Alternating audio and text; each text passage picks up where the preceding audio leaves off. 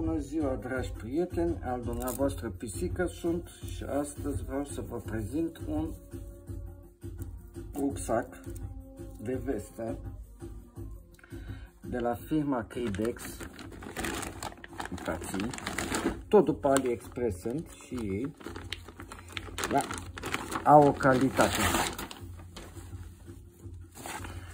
Deci calitatea e bună. E ceva un pic mai ridicat. Tot pentru vestă este, cu sistemul mole.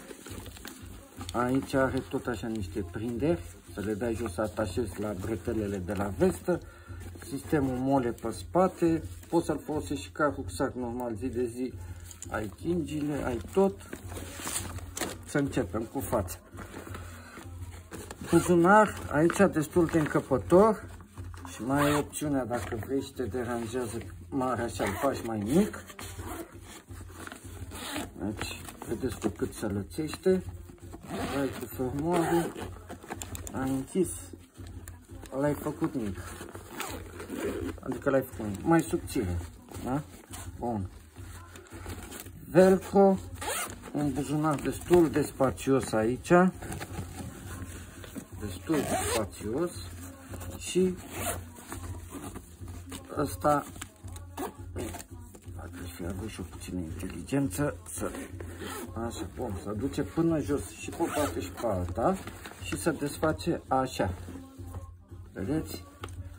Bun. Ai velcro și aici și aici, să pui diferite peciuri, ce vrei, accesorii din alea, știți, cu elastic, cu alea. Bun. Și acesta, tot la fel, este destul de lat acum, da? Și te pus cu fermoarul, îl dai de jur împrejur și micșorezi volumul. Micșorezi volumul și l-ai făcut mai micuț, mai compact. Vezi? E la jumătate. Aici înăuntru mai e încă un buzunar pentru hidro, da? Să-ți bagi hidropecul. Da? Uitați, pe aici a scos furtunul, pe aici a scos furtunul, să nu plouă în el. Și calitatea, să știți că nu lasă de dorit, au o calitate bună. Tot de la ei mi-am comandat acum, de asta vă spuneam în video anterior, este pe drum să-mi vină tot așa două buzunare din alea din față. Pentru în față, nu uitați firma asta, să o căutați că e bună, să știți. Acum am auzit un zvon, nu știu cât o fi de real, ei fac și pentru armata chineză. Acum poate fi doar o simplă lăudășenie de-a lor sau nu.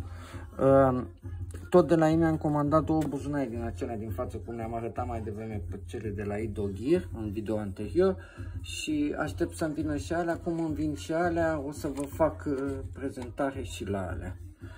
Cam asta ar fi despre rucsacul ăsta, îl recomand pentru cine vrea, e mai măricel ca cel de la Ido Gear, îl recomand cu mare căldură. Nu uitați, fiți buneați, fiți buni mâine, că până la urmă ne vede cineva. Și nu uitați și ce zicea Nic, antrenați-vă, că ține bine antrenamentul. Zi bună, Doamne ajută!